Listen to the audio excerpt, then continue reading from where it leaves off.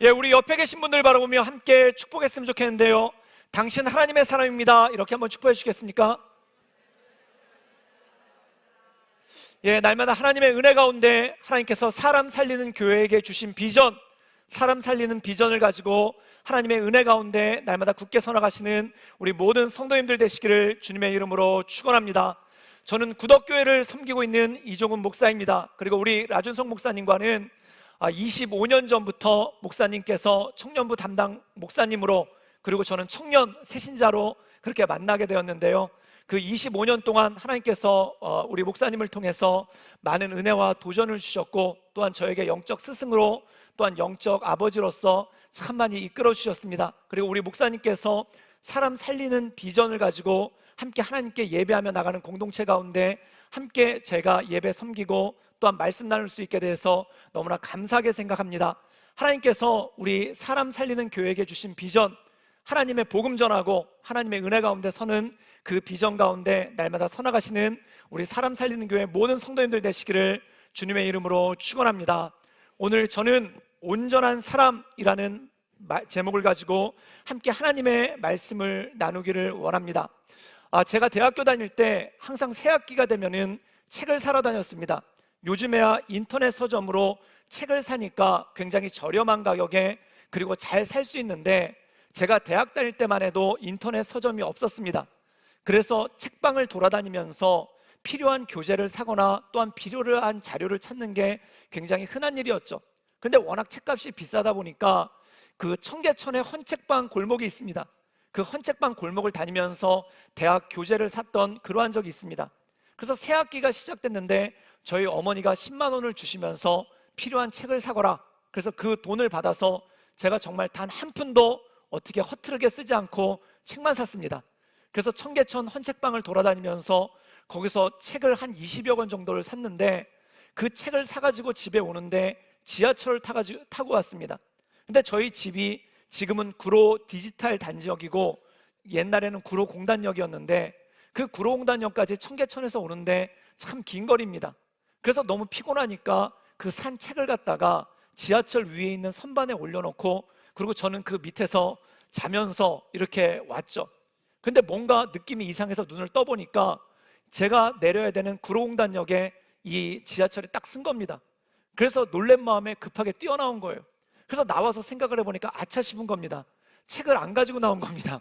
그래서 다시 가지려고 돌아갔는데 이 지하철 문이 닫혀버린 거예요. 그래서 야속한 마음으로 아저씨 잠깐만 이러면서 문을 두들겼는데 지하철은 그냥 야속하게 가버린 겁니다.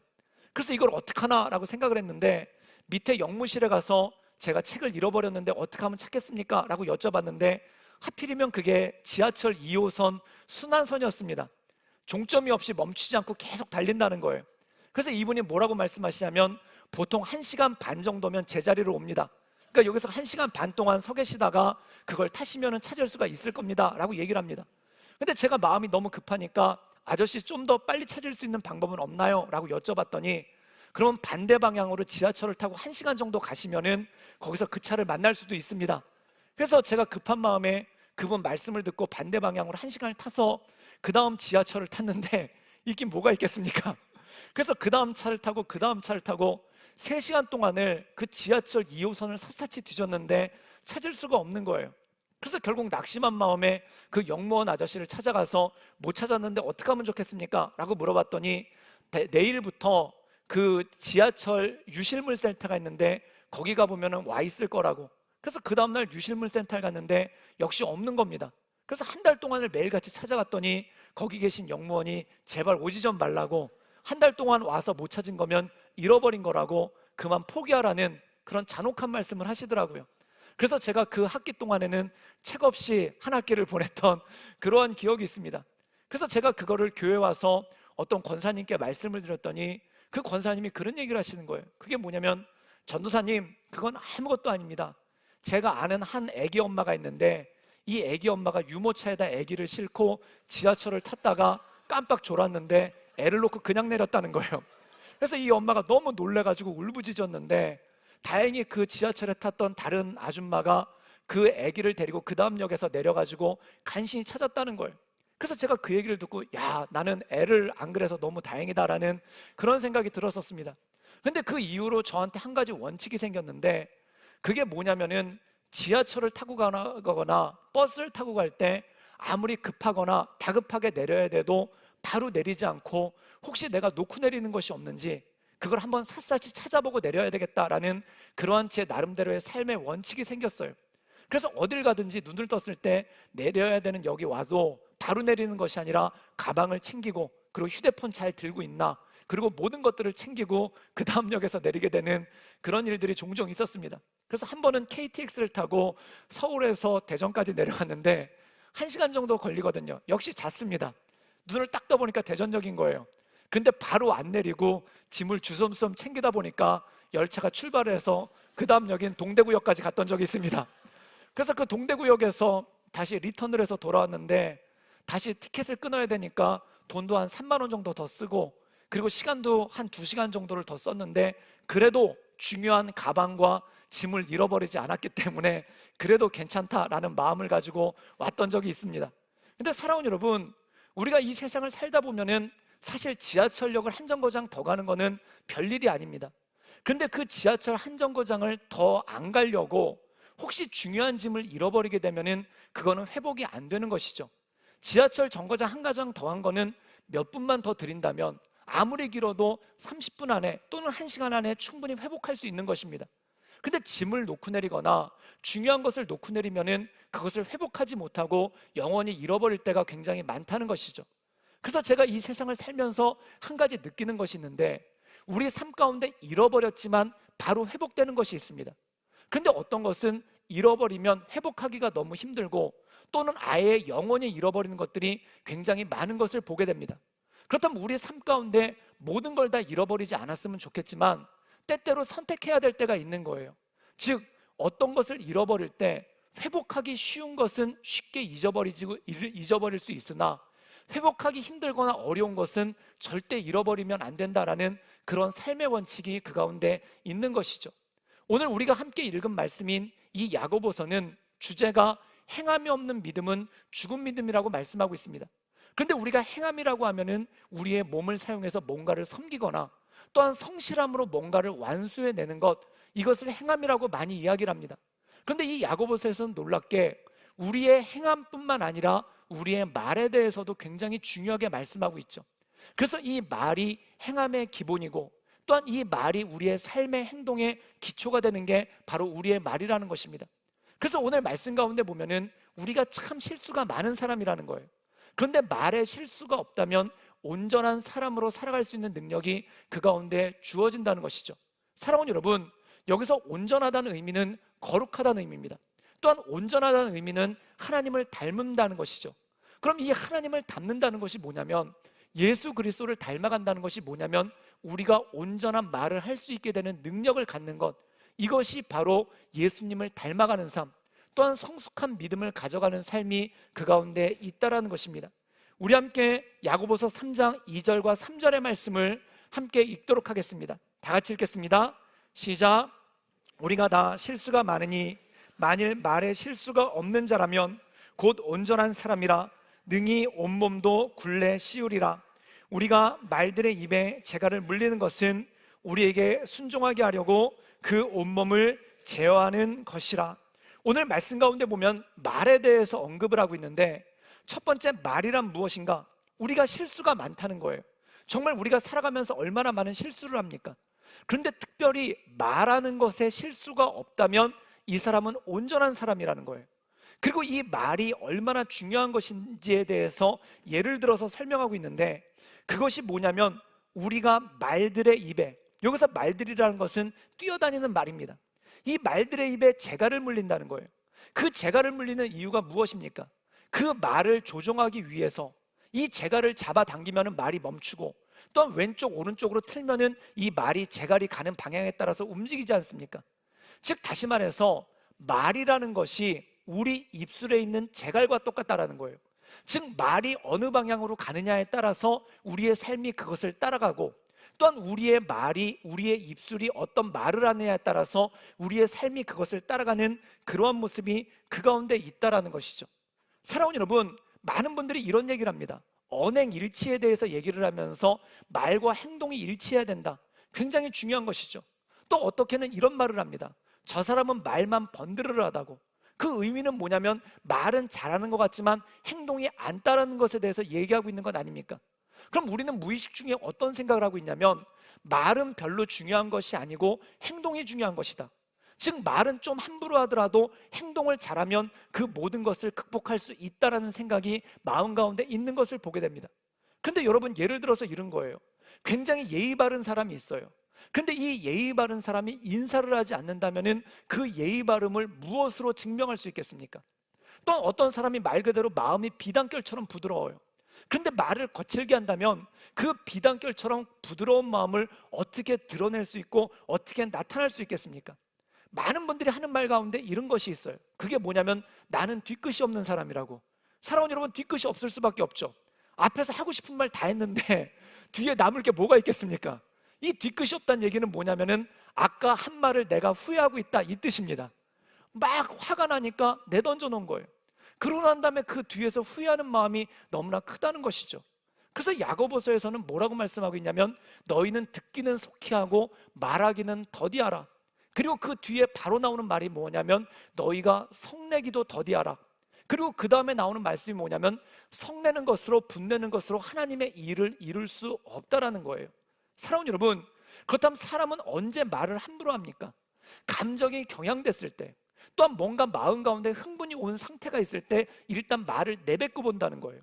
그런데 이렇게 마음이 흥분이 됐을 때 말을 내뱉고 보면은 그 말에 실수가 생기기 시작하고 우리가 온전한 모습으로 나갈 수 없다라는 것이죠.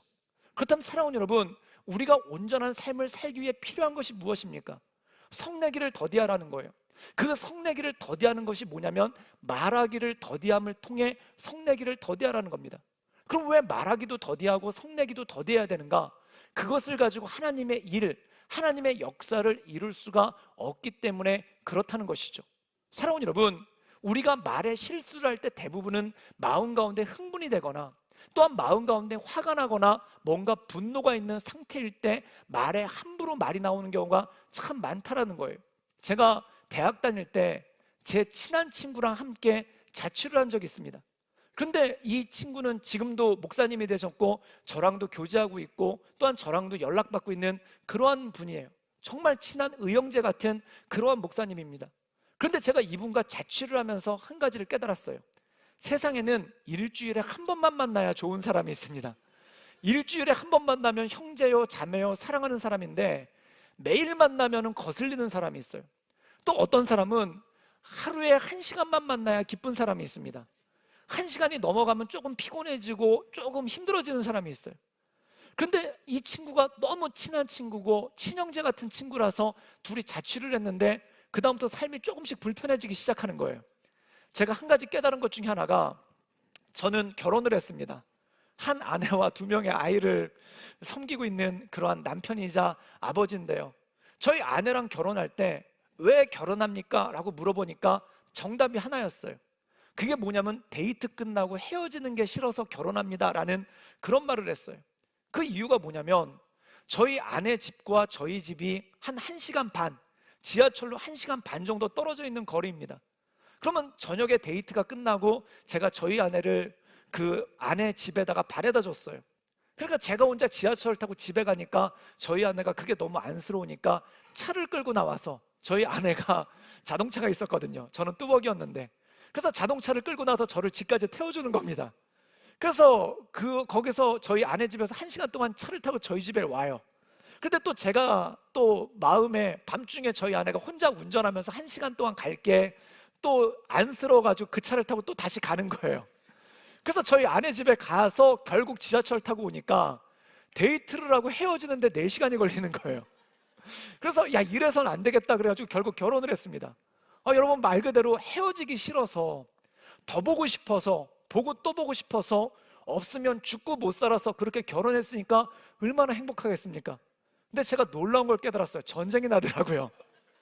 그런데 뭐 때문에 전쟁이 나냐면 무슨 세계 평화와 환경 오염과 뭐 남북 문제 때문에 전쟁이 나지 않아요. 뭐 때문에 전쟁이 나냐면 최초로 싸운 게 치약 때문에 싸웠습니다. 저는 치약을 끝에서 짜자주의고 저희 아내는 허리를 꺾어서 씁니다. 화장실에 가보면 치약 허리가 꺾여 있는 거예요. 그래서 제가 그 허리를 펴가지고 이렇게 재생을 시켜줘요. 그런데 저희 아내가 화장실 한번 갔다 오면 또 꺾여 있는 거예요. 그래가지고 왜 허리를 꺾느냐? 내 맘이다. 치약도 하나 내 맘대로 못 쓰냐? 끝에부터 써라. 이거 가지고 싸움이 나는 겁니다. 근데 여러분, 치약을 끝에부터 쓰든지 중간부터 쓰든지 양은 똑같지 않습니까? 끝에부터 쓴다고 절약하는 것도 아니고 가운데부터 쓴다고 낭비하는 것도 아니에요. 근데 그게 그렇게 거슬리는 거예요. 그래서 제가 그것 때문에 부부싸움을 하고 나서 제가 잘 아는 장로님께 그 말씀을 했더니 장로님은 그 얘기를 하시더라고요. 목사님, 그건 아무것도 아니에요. 저희 부부는 뭐 때문에 싸우냐면 옷장에 옷걸이를 이렇게 거느냐 이렇게 거느냐 이것 때문에 싸운다는 거예요. 그래서 장로님은 옷장 열면 옷걸이를 다 이렇게 걸고, 권사님은 장롱 열면 옷걸이를 다 이렇게 걸어가지고 나중에 결국 장롱을 따로 쓰게 됐다는 그런 얘기가 있더라는 거예요. 그랬더니 그 옆에서 들으시던 집사님 한 분은 그 얘기를 하시더라고요. 장로님, 그건 아무것도 아니에요. 우리 부부는 뭐 가지고 싸우냐면 화장실에 두루마리 휴지 거는 거 가지고 휴지를 바깥으로 떨어지게 할 거냐 안으로 떨어지게 할 거냐, 그거 가지고 화장실만 갔다 오면 싸움이 난다고 얘기를 하시는 거예요. 근데 제가 그걸 듣고 깨달았어요. 그게 뭐냐면 아무리 사랑하는 사이라도 같이 살다 보면 거슬리는 게 있고, 아무리 사랑하는 사이라도 같이 살다 보면은 뭔가 마음에 안 드는 게 하나씩은 걸리는 거예요. 그런데 사랑하는 부부도 서로 걸리는 게 생기는데 친구들끼리는 오죽하고 또한 교회에서 만나는 성도들끼리는 오죽 그런 일이 많겠습니까? 그래가지고 저희 친구랑 사는데 얘랑은 뭐가 문제가 있냐면, 저는 다른 데는 다 둔감한데 특별히 두피가 예민합니다. 그래서 샴푸를 좋은 거 써야 돼요. 특별히 한약 냄새 나는 샴푸를 써야 돼요. 그래서 제가 다른 건 다 싸구려 써도 샴푸만큼은 프리미엄을 쓰는데, 그런데 제 친구는 머리털이 돼지털이라 가지고 아무거나 막 써요. 막 정말 비누로도 감고 심지어 빨래비누 같은 걸로도 막 감더라고요. 그래가지고 저는 샴푸를 가지고 오고 얘는 샴푸를 안 가져왔는데 어느 날 놀라운 사실을 깨달았어요. 제 샴푸가 줄고 있더라고요. 제가 쓴 총량보다 더 줄고 있더라고요.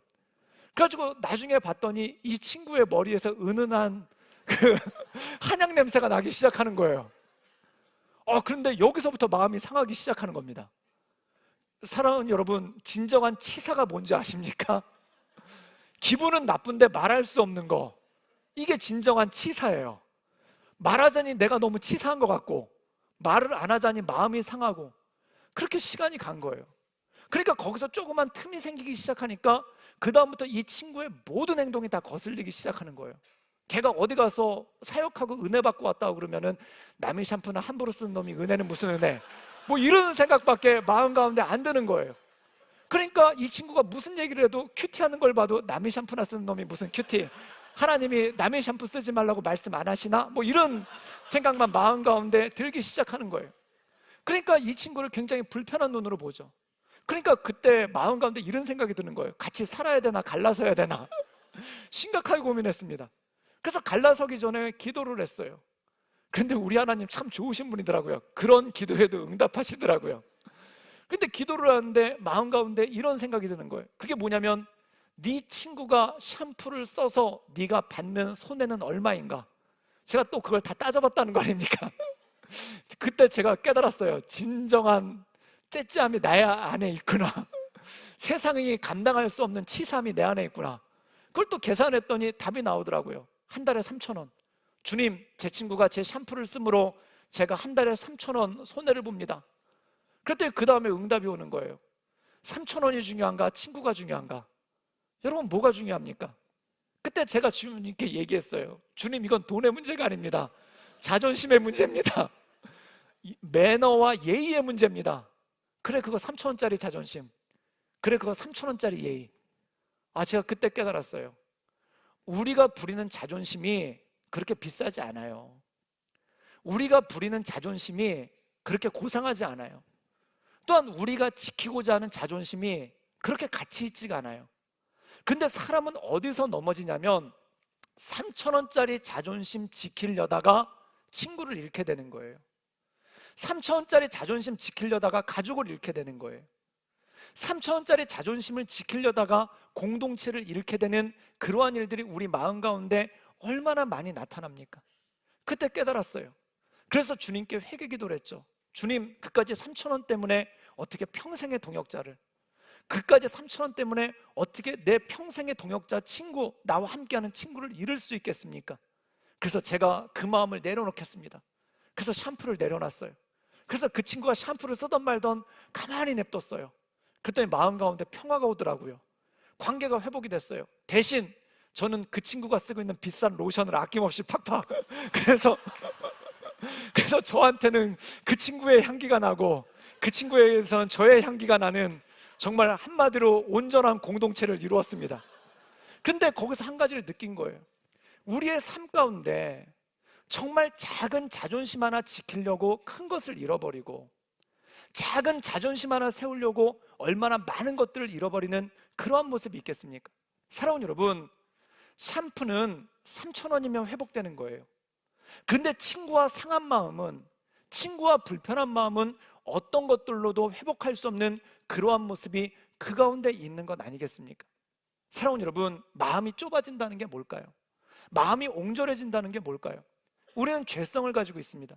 그래서 많이 얘기할 때, 이건 샴푸의 문제가 아닙니다. 이거는 자존심의 문제입니다. 이건 샴푸의 문제가 아닙니다. 이건 매너의 문제입니다.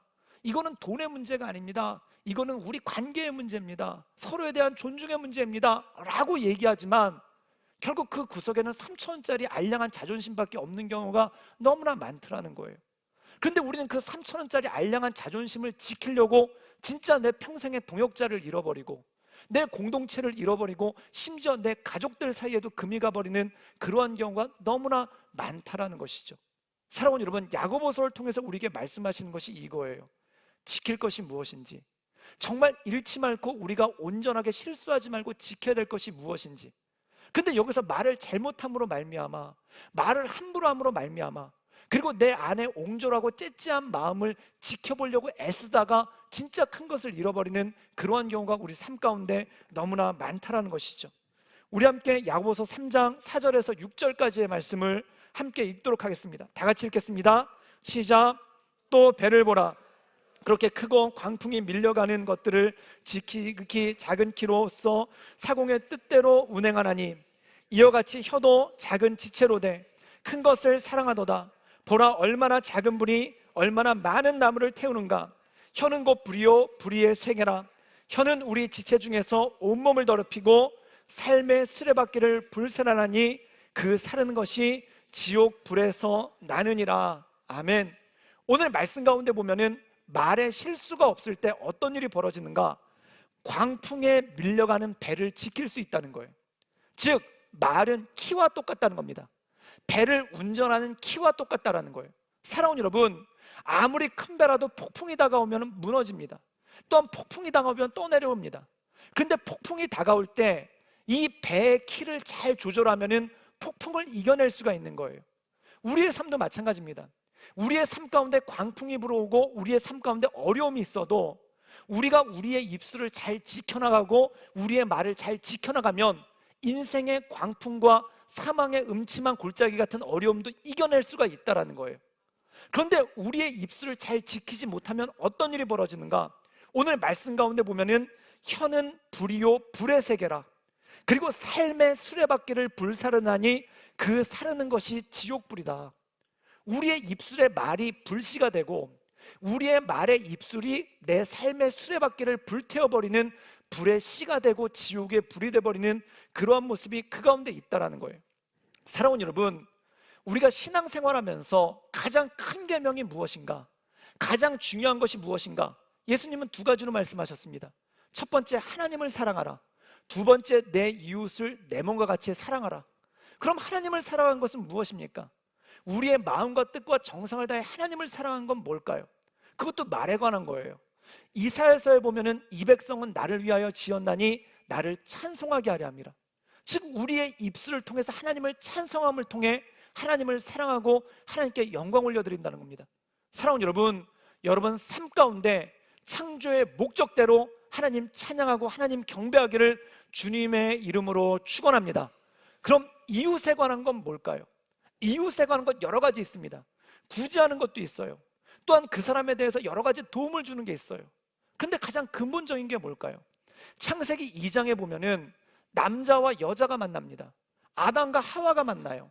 더 정확하게 얘기하면은 사람과 사람의 최초의 만남이 나와요. 이 사람과 사람의 최초의 만남 가운데 첫 번째 단어가 뭐였을까요? 첫 번째 문장이 뭐였을까요? 이는 내 뼈 중에 뼈요 내 살 중에 살이라. 사랑하는 여러분, 이것이 회복해야 될 우리의 태초의 언어, 창조의 언어인 줄 믿습니다. 예, 아멘이 굉장히 적으시네요. 약간 불편하신가 봐요. 여러분, 이는 내 뼈 중에 뼈요 살 중에 살이라, 이 말이 우리의 태초의 언어인 줄 믿습니다. 그래서 제가 이것을 어떤 권사님께 여쭤봤어요. 권사님, 주일 아침에 장로님께 내 뼈 중에 뼈요 살 중에 살이요 말씀하셨나요? 그때 그 권사님 한마디로 얘기하시더라고요. 목사님 미쳤어요? 그 얘기를 하시더라고요. 그때 깨달았어요. 이게 미쳐야만 할 수 있는 얘기구나. 근데 정말 그런 거예요. 제정신으로 못해요. 우리 안에는 죄성이 있기 때문에, 우리 안에는 죄의 본질이 있기 때문에 제정신으로 못해요. 창세기 3장에 보니까 아담과 하와가 선악과를 따먹었습니다. 그리고 그들이 서로에게 대해서 최초로 한 말이 뭐냐면, 하나님께서 주신 이 여자 때문에 내가 선악과를 따먹고 죄를 지었나이다. 원망을 하는 거예요. 원망의 말이 그 입술 가운데 남아있더라는 거예요. 사랑하는 여러분, 우리는 나도 모르게 원망합니다. 어떤 일이 생기잖아요. 그럼 원망이 자동으로 나오는 거예요. 어떤 일이 생기면 제일 먼저 하는 게 뭐냐면, 누가 그랬어? 이 얘기합니다. 내가 길을 가다가 의자에 걸려서 넘어졌어요. 그럼 제일 먼저 하는 말이 뭔지 아십니까? 내가 잘못해서 의자에 걸렸구나, 이게 아니라 의자 누가 였다 갔다 놨어, 이 얘기부터예요. 누군가에게 문제가 있다는 거를 얘기하고 누군가를 원망하려는 마음이 그 마음 가운데 가득하다라는 거예요. 저는 베트남에서 사역을 했었는데 저희 큰아이랑 둘째 아이랑 나이 차이가 12살입니다. 띠동갑이에요. 근데 큰애는 한국에서 났는데 둘째는 베트남에서 생기고 베트남에서 났어요. 메이드 인 베트남이에요. 근데 얘를 갖다가 이제 잉태를 하고, 그리고 베트남에 있는 산부인과에서 하고 아기를 낳아야 되는데 아기를 제왕절개를 해야 된다는 거예요. 그래가지고 제왕절개를 하려고 임신 9개월 됐었을 때 수술 날짜랑 일정을 잡고 있는데 갑자기 베트남 의사 선생님이 그러시는 거예요. 그게 뭐냐면, 수술 받기 전에 파상풍 주사를 맞아야 된다는 겁니다.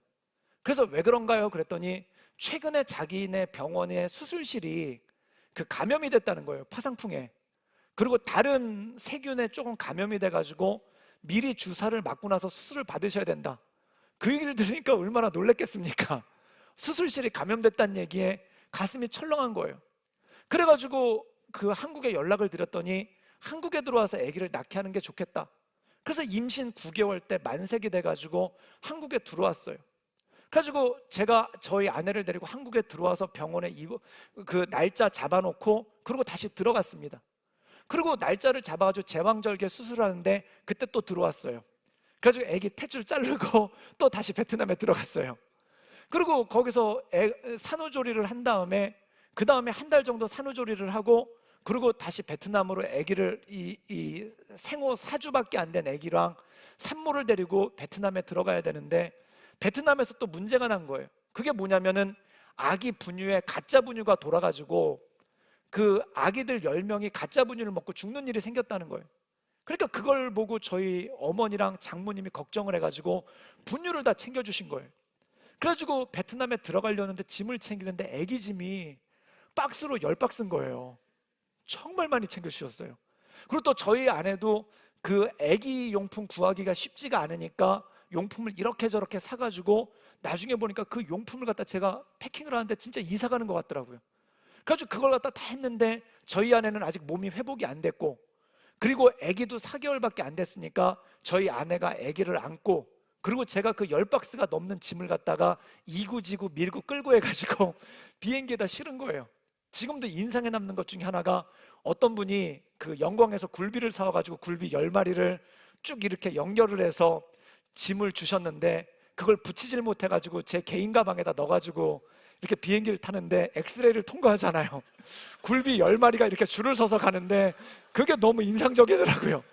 지금도 그 장면을 잊지를 못하겠어요. 그래가지고 그 짐을 갖다가 이구지구 밀고 끌고 해가지고 비행기를 타고 그리고 베트남 공항에 왔습니다. 근데 베트남 공항이 지금은 되게 좋아졌는데 그때는 조금 복잡했거든요. 그래서 짐을 갖다가 찾는데 잘못 찾으면 잃어버리는 일이 너무 많은 거예요. 그래서 저희 아내가 아기를 안고 벤치에 앉아 있고, 그리고 제가 트롤리, 이 짐 실는 걸 갖다가 그 수레를 가져다가 이제 짐을 실으려고 가져갔는데 등에 백팩이 있었거든요. 그 백팩이 무거워가지고 그 트롤리 위에다가 올려놓고, 그리고 저희 짐을 갖다가 이 10박스나 되니까 그 돌아가는 거기 위에서 막 그걸 꺼내는데, 그 짐을 꺼내가지고 저희 트롤리에다 올려놓으려고 딱 봤는데 깜짝 놀랐어요. 없어진 거예요. 그런데 그 백팩에 뭐가 들었냐면 저희 가족들 여권, 그 다음에 현금이 그 베트남 돈, 한국 돈, 그리고 달러, 그리고 일본 엔화까지 해서 합쳐서 한 200만 원 정도가 있었어요. 그게 다 없어졌어요. 그리고 제가 토요일 날 들어왔는데 그 다음날 주일인데 설교하려고 설교 준비한 노트북도 없어졌어요. 그러니까 얼마나 놀랐겠습니까? 정말 너무 놀라니까 비명이 나오더라고요. 그래서 제가 거기서 으악 하고 비명을 지르니까 거기 항공사 직원들이 저한테 왔어요. 그래가지고 고객님 무슨 일이세요? 그래가지고 제가 얘기했어요. 제 짐을 잃어버렸습니다. 제 여권을 잃어버렸습니다. 지갑을 잃어버렸습니다. 그랬더니 그 사무장 되시는 분이 저한테 딱 한마디를 하더라고요. 고객님 울지 마세요. 울지 말고 천천히 얘기하세요. 근데 나중에 봤더니 제가 울고 있었대요. 얼마나 막막하고 얼마나 깜깜하겠습니까? 그래가지고 막 이렇게 막 이리저리 거기 직원들이랑 찾아봤는데 없는 거예요. 누가 작정을 하고 가져갔는데 그걸 어떻게 찾겠습니까? 없는 거예요. 그래가지고 1시간 넘게 찾다가 결국 어떻게 해가지고 공항을 나오고, 그리고 돈이 없으니까 공항 직원이 빌려준 돈을 가지고 택시를 타고 그리고 집에 들어오는 거예요. 그런데 참 마음 가운데 여러 가지 생각이 들죠. 그 밤중에 막 마음 가운데 여러 가지 생각이 드는데 어떤 생각이 드냐면, 아, 우리 아내가 불필요한 짐을 너무 많이 챙겨가지고 내가 백팩을 잃어버렸다. 거기까지 결론이 가는 거예요. 화가 나는 거예요. 그 상황 자체가 화가 나는데 훔쳐간 도둑한테 화가 나는 게 아니라 짐을 이것저것 다 챙긴 아내한테 화가 나는 거예요. 그래서 제가 제 아내를 딱 쳐다보면서 내가 당신이 짐을 너무 많이 챙겨가지고 내가 여권을 잃어버렸잖아 라는 말을 할 뻔하다가 그걸 간신히 다물었어요.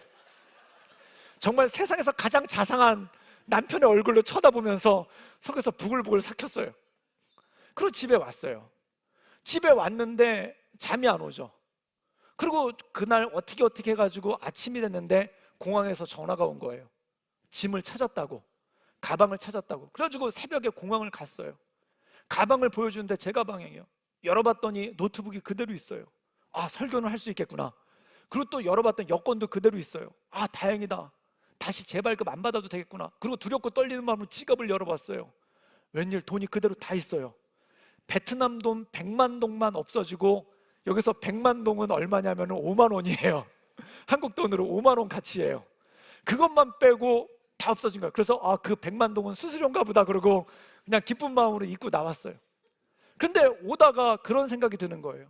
그게 뭐냐면, 야, 이 잃어버린 짐, 이 당황스러운 순간을 수습하는 데 걸린 시간은 불과 8시간밖에 안 됐어요. 근데 만약에 그 택시 안에서 제가 제 아내한테 당신이 애기 짐을 너무 많이 챙겨가지고 내가 여권을 잃어버렸잖아 라고 얘기를 했다면 그건 언제까지 갔을까요? 제가 볼 때 늙어 죽을 때까지 갔을 것 같아요. 그때 그 말하는 게 너무 다행인 거예요. 하나님 감사합니다. 근데 설령 여권을 잃어버렸어도 그걸 회복하는데 한 달이면 끝나요. 근데 저희 아내 마음 가운데 제가 그렇게 모진 말을 했다면 그 말이 없어지는 데는 얼마나 갔을까요? 사랑하는 여러분, 우리의 말의 실수가 바로 이겁니다. 롱펠로의 시 가운데 화살과 노래라는 에로 앤 송이라는 그런 시가 있어요. 그 시에 보면 이런 얘기가 나옵니다. 내가 어렸을 때 화살을 쏘았네. 그 화살은 어디로 갔는지 알지 못했지만 어느 날 숲을 거닐다가 그 화살이 나무에 박혀 있는 것을 보았네. 나는 노래를 불렀네. 그 노래를 잊어버렸지만 어느 날 세월이 지난 후에 내 친구의 가슴에 그 노래가 남아있는 것을 들었네. 여러분, 진짜 그런 거예요. 내가 내 가족들에게 홧김에 상황이 급박해서, 또한 상황이 너무 힘들어가지고, 또한 내가 너무 슬퍼서 확 내던진 말이 어느 순간에 상황이 해결되면은 나는 다 풀립니다. 그 상황이 다 해결되면은 나는 괜찮아져요.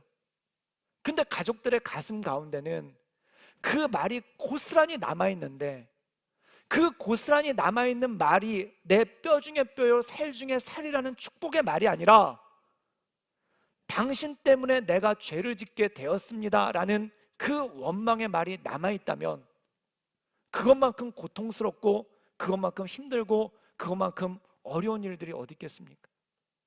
사랑하는 여러분, 여러분 자녀들 가슴 속에, 또한 여러분 가족들 가슴 속에, 여러분 부모님 가슴 속에, 여러분 친구들 가슴 속에 축복의 말을 남길 수 있기를 주님의 이름으로 축원합니다. 그 축복의 말을 남기지 못하면 어느 순간에 내가 너무나 많은 심할 말들을 남겼구나, 나는 그 당시 화가 너무 나서, 나는 그 당시 너무 마음이 급해서, 나는 그 당시 너무 어쩔 줄 몰라서 날렸는데, 그 아무렇게나 쏜 그 불화살들이 내 가족들의 가슴 속에 그냥 지옥을 태우는 인생의 수레바퀴를 태우는 지옥불이 돼서, 불화살이 돼서 그 안에 맺혀 있는 거예요. 우리가 성경을 보면은 사도행전에 바울과 실라가 빌립보 감옥에 갇힙니다. 점치는 귀신이 들린 여종에게서 그 귀신을 쫓아냈다가 그 주인들의 화를 입어가지고 감옥에 들어오게 되죠. 그때 그들은 뭐 했습니까? 찬양을 불렀어요. 제가 그 말씀을 묵상하다 한 가지를 깨달았어요. 내가 만약 그 상황이었으면 난 뭘 했을까? 나랑 같이 동역하고 있는 목사님, 또한 나랑 같이 동역하고 있는 가족과 어떤 일들을 감당하다가 안 좋은 상황이 생겨가지고 감옥에 갇혔어요. 매를 맞았어요. 그럼 난 어떻게 할까? 제가 한 가지를 깨달았어요. 그게 뭐냐면, 나는 분명히 원망했을 것 같아요. 분명히 같이 잡혀왔는데 동역자한테 그때 내가 그때 그러지 말자고 그랬잖아요. 내가 그때 귀신 쫓아내지 말자고 그랬잖아요. 그냥 모른 척하고 지나가자니까 왜 그걸 그래가지고 이 고생을 하게 됐냐고, 이러면서 원망하지 않았겠습니까? 사랑하는 여러분, 사람이요, 지금 현재 어떤 구렁텅이에 빠져 있으면은 제일 먼저 나오는 게 뭐냐면 후회가 나와요. 그때 왜 그랬을까? 그래서 내가 그때 그 학교 지원 안 하려고 그랬는데, 떨어지면 항상 그래요. 그 학교 원서 안 넣으려고 그랬는데 우리 엄마가 하도 넣으라고 그래서. 후회는 뭐와 동반을 하냐면 원망을 동반해요. 그럼 우리 인생 가운데 빌립보 감옥에 갇혀있는 그 상황 가운데 나도 모르게 터져 나오는 게 뭐냐면, 첫 번째 후회, 내가 그때 왜 그랬을까? 그리고 또 다시 터져 나오는 게 뭐냐면 원망이 같이 터져 나오기 시작하는 거예요. 그리고 결국 어떤 생각이 나면, 내가 결국 이 빌립보에서 감옥에 갇히려고 이렇게까지 복음 전했던가, 내가 결국 빌립보 감옥에서 이렇게 되려고 여태까지 이루고 살았던가. 그 후회와 더불어 원망이 나오는데, 그 원망이 어디까지 가냐면 하나님에게까지 가는 거예요. 그럼 신앙을 잃어버린 것이죠. 그런데 바울과 실라는 무엇을 했습니까? 만약에 이 밤이 내 인생의 마지막 밤이라면, 매를 맞고 빌립보 감옥에 갇혀있는데 얼마나 억울했겠어요. 얼마나 답답하고 얼마나 분노가 치밀었겠어요. 그런데 이들은 오늘 이 밤이 내 인생의 마지막 밤이라면, 내일 아침에 우리가 어떻게 될지 모르는데 오늘 이 밤이 우리 인생의 마지막 밤이라면 나는 무엇을 할 것인가? 그들은 찬양한 거예요. 내 인생의 마지막이 될지도 모르는 이 밤을 나는 찬양으로서 하나님께 영광 올려드리겠습니다. 그때 그들이 불렀던 찬양이 뭘까요? 저는 곰곰이 묵상해보다 그 당시엔 찬송가가 없었죠. 그런데 제가 그 바울과 실라와 같은 상황 가운데 찬양을 불렀다면 어떤 찬양을 불렀을까? 이 찬양을 불렀을 것 같아요. 찬송가 412장. 내 영혼의 그 깊은 데서 맑은 가락이 울려나네. 하늘 곡조가 언제나 흘러나와 내 영혼을 고이 싸네. 평화로다 하늘 위에서 내려오네. 그 사랑의 물결이 영원토록 내 영혼을 덮으소서. 사랑하는 여러분, 우리가 하나님을 묵상할 때, 사망의 음침한 골짜기 같은 곳에 머물러 있으면 제일 먼저 후회가 나와요. 그 다음에 원망이 나와요. 그 후회와 원망이 내 인생의 수레바퀴를 불태우는 지옥불이 되는 거예요. 그런데 그 사망의 음침한 골짜기 가운데 우리가 주님을 묵상할 때, 하나님을 묵상할 때, 하나님을 바라볼 때 우리 영혼의 극히 깊은 데서 맑은 가락이 샘물처럼 흘러나오는데 그게 평화로다. 평화로다. 사랑하는 여러분, 여러분 인생 가운데 이 평화를 누리시기를 주님의 이름으로 축원합니다. 그들이 찬양할 때 어떤 일이 벌어졌는가? 옥문이 갈라진 거예요. 그들이 찬양할 때 어떤 일이 벌어집니까? 새로운 길이 열리기 시작하는 거예요. 사랑하는 여러분, 우리 인생의 감옥에서, 우리 인생의 구렁텅이에서, 우리 인생의 감옥에서 후회하거나 원망하는 것으로 내 인생을 불태우지 마시고 잠잠히 하나님을 바라보며 찬양하며 나가시기를 주님의 이름으로 축원합니다.